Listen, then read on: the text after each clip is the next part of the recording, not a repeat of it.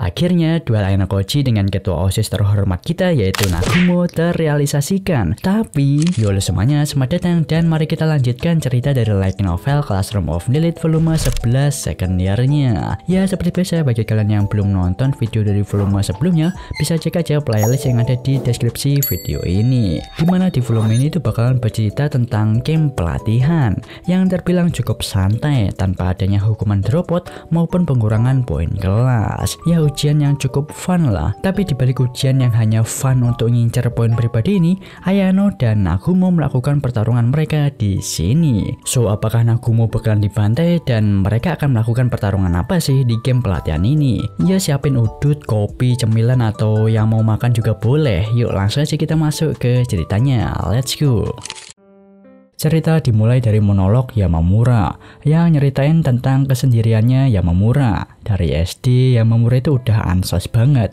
Dia susah untuk cari teman karena hawa keberadaannya yang setipis tisu. Karena kesendirian itu hal yang biasa bagi Yamamura. Dan ada perasaan yang mengganjal yang pertama kali Yamamura rasakan. Yaitu Yamamura ingin lebih dekat dengan Saganagi dan mengatakan kata-kata penyemangat untuknya. Karena udah jelas saat ini adalah titik terendah dari teman sekelasnya yaitu Saganagi yang telah kalah sekaligus kehilangan sahabat dekatnya Kamuro. Saat ini memasuki awal bulan Februari. Sudah hampir 1 bulanan lah semenjak ujian khusus bertahan dan eliminasi dilakukan. Para murid tahun kedua itu sempat terkejut dengan dikeluarkannya Kamuro dari kelas A di ujian tersebut. Dan kali ini mereka itu sedang melakukan wawancara 2 arah antara murid dan wali kelas untuk membahas karir masa depan. Tiba gilirannya Ayano. Chobashira Sensei di sini sengaja menjadwalkan 2 orang aneh kayak Quenji dan Ayano di akhir-akhir. Chobashira Sensei tanya ke Ayano, apakah dia itu punya keluhan terkait sekolah. Ayano menjawab kalau dia itu sudah merasa puas dengan sekolah ini. Ayano belakangan ini mengamati Chobashira Sensei dan merasa dia itu telah berubah. Chobashira Sensei sekarang telah menjadi guru sungguhan yang mencoba untuk memahami para muridnya dengan sepenuh hati.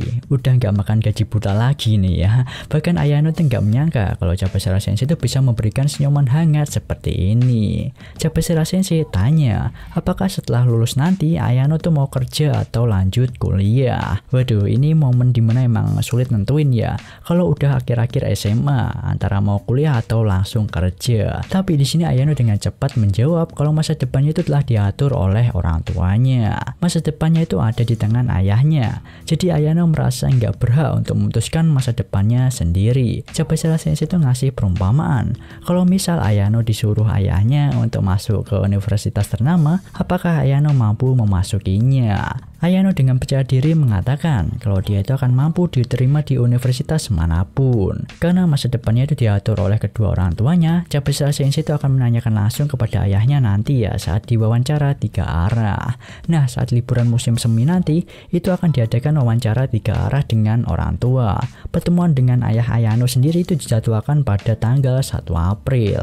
Ayano langsung mikir, apakah ayahnya itu bakalan datang ke sini lagi. Sebelumnya, Atsuomi itu sempat mengabari Chobashira kalau dia itu akan mengirimkan perwakilannya karena dia itu lagi sibuk. Tapi pas keluar jadwal pastinya, Atsuomi langsung menghubunginya kembali dan berkata kalau dia itu akan hadir secara langsung. Sekaligus Atsuomi itu minta dikabari nanti kalau misal jadwal dari murid lain juga itu mengalami perubahan.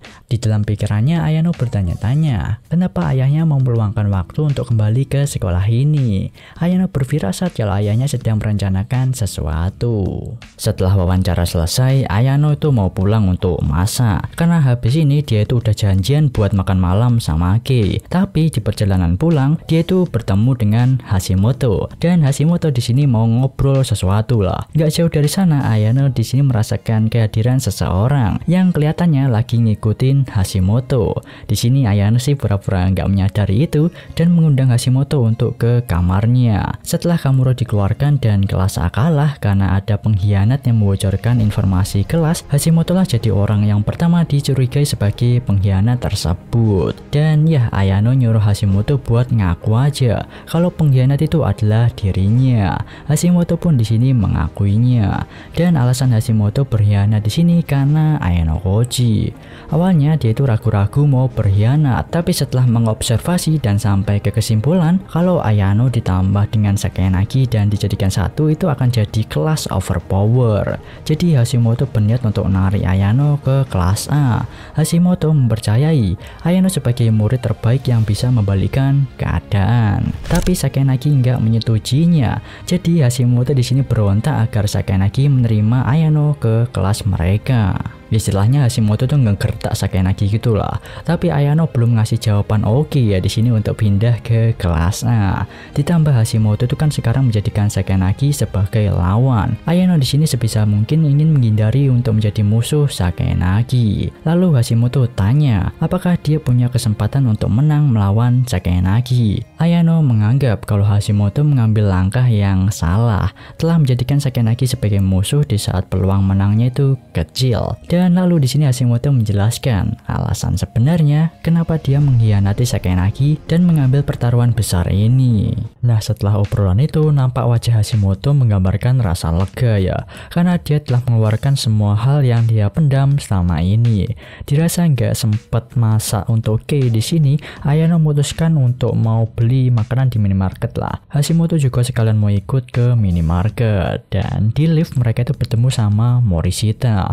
Morishita memanggil Hashimoto dengan sebutan pengkhianat. Jelas Morishita ada di sini bukan karena kebetulan, melainkan dia itu lagi ngikutin Hashimoto. Karena Hashimoto tuh sekarang itu jadi tersangka ya sebagai pengkhianat di kelas A. Tapi belum ada bukti kuat, makanya Morishita tuh mau cari bukti tersebut. Karena tahu Ayano dan Hashimoto mau ke minimarket, Morishita tuh memaksa ikut. Dan Morishita berspekulasi kalau Hashimoto tuh lagi konsultasi sama Ayano dan membuat Ayano terlambat buat makan malam. Makanya mereka tuh harus beli di minimarket. Hashimoto udah berusaha buat menyangkal itu semua dan menjelaskan kalau mereka tuh kebetulan bertemu di lift. Tapi Morishita masih nggak percaya. Akhirnya Morishita ikut ke minimarket. Morishita bergegas untuk jalan di paling depan. Ayano tanya ke Hashimoto, gimana sih Morishita saat di dalam kelas? Hashimoto mendeskripsikan Morishita sebagai orang yang nggak punya teman, suka bertindak sendiri dan pintar tapi punya sifat yang sedikit aneh. Hashimoto masih bingung, harusnya Morishita bukan pengikutnya Sakanagi. Morishita biasanya nggak akan mengambil inisiatif seperti memulai percakapan atau bergerak untuk kelas ya, seperti yang dilakukan dengan Hashimoto saat ini.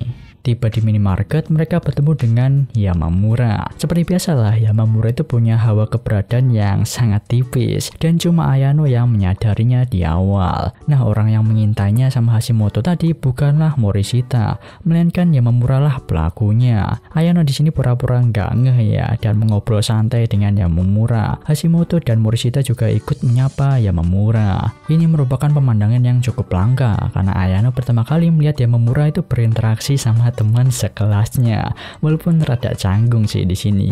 Akhirnya Yamamura join bersama mereka ya untuk berbelanja. Dan saat mau memilih-milih, ada Kiriwin Senpai yang mengambil minuman di dekatnya Ayano. Kiriwin tanya apakah salah satu dari dua cewek itu adalah pacarnya Ayano. Akhirnya Yamamura dan Morishita memperkenalkan diri. Begitu juga Hashimoto yang ada di sana. Kiriwin berkata akan mengingat nama dari mereka bertiga dan tak lama setelah itu Kiriwin pergi duluan. Hashimoto kagum dengan Ayano yang bisa kenal dengan Kiriwin karena ya Kiriwin image-nya itu kan jelek ya di antara angkatan tahun ketiga dan terkenal sulit untuk didekati. Tiba hari dimana game pelatihan dimulai. Di jam 9:30 semua murid itu bersiap-siap. Satu bis diisi satu kelas. Ayano dan Kei duduk bersampingan sambil bermesra-mesraan. Biasalah, jomblo mojo ini mah ya, lihat kemesraan mereka di dalam bis. Film kesukaannya Kei bakalan tayang di tanggal 23 Maret pas liburan musim semi. Kei di sini tuh ngajak Ayano untuk nonton bareng di bioskop nanti. Ayano menyetujuinya dan Ayano bersyukur kalau film itu tayang sebelum kenaikan kelas. Cabashira memegang mikrofon lalu menjelaskan tentang jalannya game pelatihan campuran kali ini, di mana game pelatihan ini itu akan berlangsung selama 4 hari dan 3 malam. Game pelatihan ini bukanlah ujian khusus, jadi nggak akan ada risiko dropout maupun perubahan poin kelas. Di sini mereka itu bisa dapat poin pribadi yang banyak lah, lumayan lah kalau mengikuti beberapa game yang akan diadakan. Tujuan diadakannya game pelatihan ini adalah pertemuan sosial agar mereka itu bisa bergaul lah dengan para murid murid tahun pertama. Makanya akan dipecah jadi 20 grup dan dicampur antara murid tahun pertama sama tahun kedua. Terlihat kalau semua murid di sekolah itu ikut, entah itu tahun pertama dan tahun kedua, terkecuali tahun ketiga. Di tahun ketiga, murid yang ikut itu hanya berjumlah 20 orang saja. Nah, tugas dari 20 murid tahun ketiga itu adalah menjadi pemimpin di grup yang akan dipecah jadi 20 grup nantinya. Ayano sendiri berada di grup 20 bersama dengan Hashimoto, Yamamura, Morishita, Hiyori, Tsubaki yang dipimpin oleh Kiriwin. Di tahun pertama ada 4 orang yang absen, sedangkan di tahun kedua ada Ichihashi dan Ichinose absen karena sakit. Kei di sini merasa bersyukur karena Ichinose nggak bisa hadir ya, karena si Kei itu nggak mau sekelompok dengannya. Kei kelihatan masih trauma, soalnya dia itu di-lock sama Ichinose di ujian sebelumnya kan. Plus Kei itu ngerasain kalau Ichinose itu adalah ancaman dalam hubungannya dengan Ayano. Di sini para murid merasa nggak adil melihat daftar dari grupnya Nagumo. Isi kelompoknya itu para murid pinter dan juga atletis macam Horikita, Hirata, Amasawa, Kanzaki, dan Katsuragi. Ya, sistem ujiannya ini bertipe game round robin gitu. Pemimpin grup milih 5 orang dalam kelompok untuk satu game. Nah, setelah itu 5 orang tersebut akan diadu dengan 5 orang dari kelompok lain secara 1 lawan 1. Untuk gamenya nanti bakalan random tanpa dikasih tahu duluan. Ya, ini dia list dari game yang akan diadakan. Lalu untuk hadiah di game pelatihannya itu kayak gini. Di game pelatihan ini nggak serius juga boleh, karena nggak ada kewajiban maupun resiko apapun. Paling cuma ngincar hadiah poin, dan hadiah poinnya ini terbatas untuk poin belanja di mall aja. Sampai di tempat camp pelatihan, terlihat seperti bangunan tua tradisional yang mempunyai sejarah. Capeshira menginstruksikan agar semuanya itu mengikuti instruksi pemimpin grup dan bergaul dengan anak dari kelompok lain maupun adik kelas tuh. Lalu 20 murid tahun ketiga menyebar untuk mempermudahkan kelompok berkumpul. Ayano menghampiri ke Kiriwin serta menyapa beberapa orang yang dia kenal di dalam kelompok tersebut. Hashimoto menghitung ada 16 orang. Harusnya total jumlah kelompok mereka itu adalah 17 orang. Dan seperti biasa, hawa keberadaannya yang tipis ngebuat Yamamura terlupakan. Ayano memperkenalkan Hiyori ke Yamamura, dan Hiyori dengan senyuman lembutnya menyambut baik Yamamura. Duh, baik bener istri Mimin ya. Di sisi lain, Yamamura itu gugup untuk berbicara dengan orang baru. Dan ya, dirasa perkenalan dari masing-masing orang udah, Kiriwin langsung berpisah dengan mereka tanpa berkata apapun. Hashimoto mau nggak mau mengambil inisiatif untuk menggandeng para adik kelas untuk melakukan pertemuan sosial, yaitu di sini jadwalnya itu adalah makan siang bersama. Di sisi lain, di grup 6, udah ada orang yang buat keributan di awal-awal. Ya, siapa lagi kalau bukan Koenji. Koenji langsung pergi sendiri tanpa mendengar instruksi dari pemimpin grup. Koenji sendiri itu satu kelompok dengan Inogashira, yang di sini Inogashira sebagai teman sekelas nampak nggak bisa menahan Koenji. Di sana mata Ayano dan Inogashira bertemu, lalu Inogashira segera mengalihkan pandangannya. Hashimoto di sini jadi yang mengatur suasana. Dia menjadi pusat pembicaraan di dalam grup. Hashimoto memimpin diskusi tentang apa yang dikuasai dari masing-masing orang di dalam grup. Lalu Hashimoto berniat akan memberikan data tersebut ke Kiriwin yang merupakan pemimpin grup nantinya. Di jam 1 siang, Ayano menerima pesan dari Nagumo. Akhirnya Ayano menemui Nagumo di ruang istirahat, dan di sana juga itu ada Asahina. Nagumo langsung mengungkapkan kekecewaannya karena kali ini nggak ada ujian khusus melainkan cuma pertemuan sosial aja.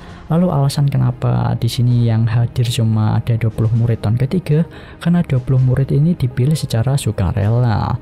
Per kelas membawa 5 perwakilan, dan ya sekolah itu melihat kalau camp pelatihan tahun lalu pas zamannya Manabu itu memberatkan tahun ketiga yang mau lulus.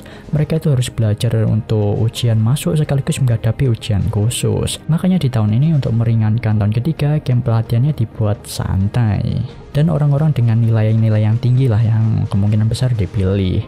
Ayano tanya apa rencana mereka berdua setelah lulus nanti.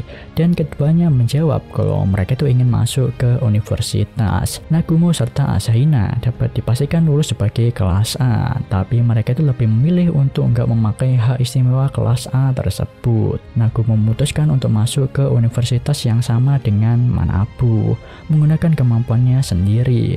Ya, dia itu sangat percaya diri walaupun tanpa hak istimewa kelas A, dia itu bakalan bisa gak terima. Nagumo sangat menyambut Ayano kalau semisal si Ayano itu mau ikut ke universitas yang sama dengan dia juga.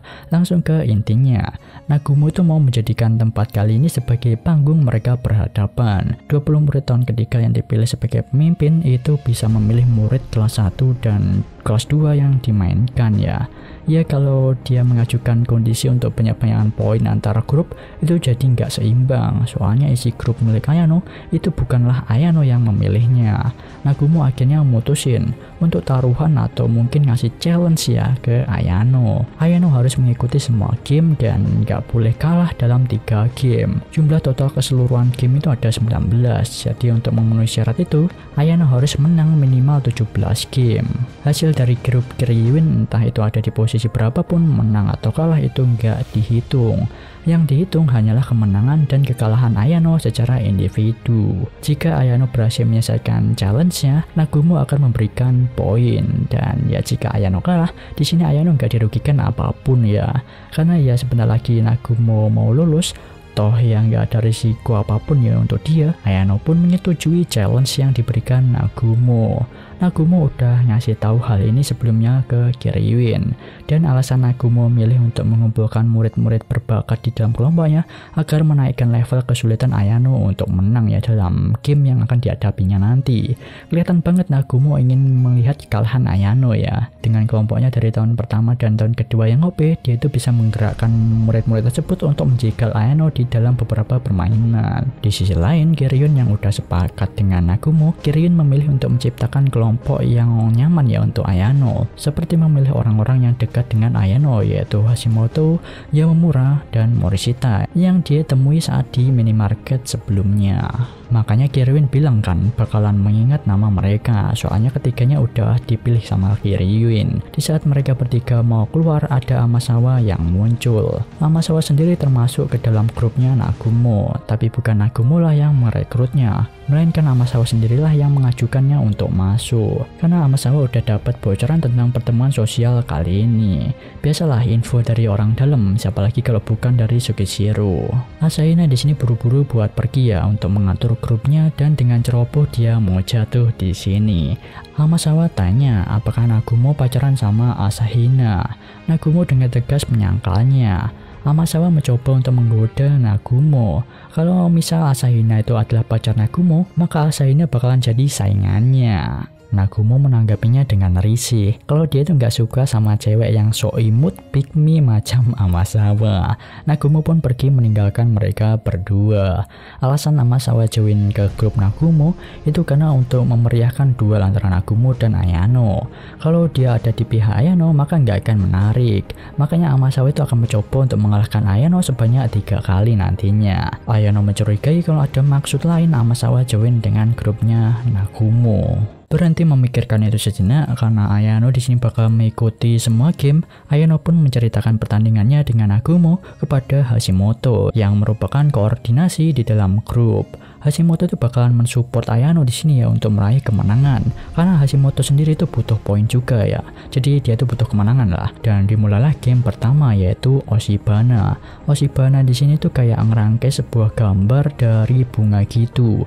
Grup Ayano bertemu dengan grup 9 yang dimana di sini dia ketemu dengan Nanase. Sistem ujiannya itu 5 lawan 5 secara bergilir round robin gitu. Jadi nyari best of 5. Ayano berada di antrian ketiga di dalam grup. By the way, Ayano cowok sendiri ya. 9 yang berpartisipasi itu cewek, termasuk Nanase juga salah satunya. Di sini Ayano berhasil menang dari lawan anak tahun pertama ya, sistemnya dari penilaian gitu. Hasilnya grup Ayano menang tipis dengan skor 3-2. Ayano bisa menang berkat hasil latihannya bersama Hiyori sebelumnya. Tak jauh dari sana ada Inogashira yang menghampiri Ayano. Di sini dia itu mau minta tolong Ayano buat ngebujuk Koenji ya balik ke grup mereka. Soalnya Koenji pergi entah kemana, dan Inogashira yang merupakan sekelas dengannya disuruh oleh Takabeashi alias pemimpinnya buat ngebujuk Koenji kembali. Inugashira melihat kalau Ayano nampak berteman baik dengan Koenji. Ayano menyangkalnya dan memberitahu kalau dia itu nggak bisa melakukan apapun terhadap Koenji. Kiriwin tak jauh dari sana yang mendengar itu menyuruh Ayano untuk paling tidak mencobanya. Soalnya kelompok Takebayashi isinya tuh murid dengan kemampuan di bawah rata-rata. Ayano ngerasa aneh, soalnya Kiriwin yang biasanya bersifat apatis malah mengkhawatirkan orang lain. Karena itu merupakan saran dari kakak kelas ya, Ayano pun menurutinya. Dan 5 menit lah waktu yang dibutuhkan Ayano buat menemukan Koenji, yang dimana Koenji itu berada di sebuah pegunungan di belakang gedung. Koenji di sini lagi lari dan Koenji udah menebak tujuan Ayano mendatanginya.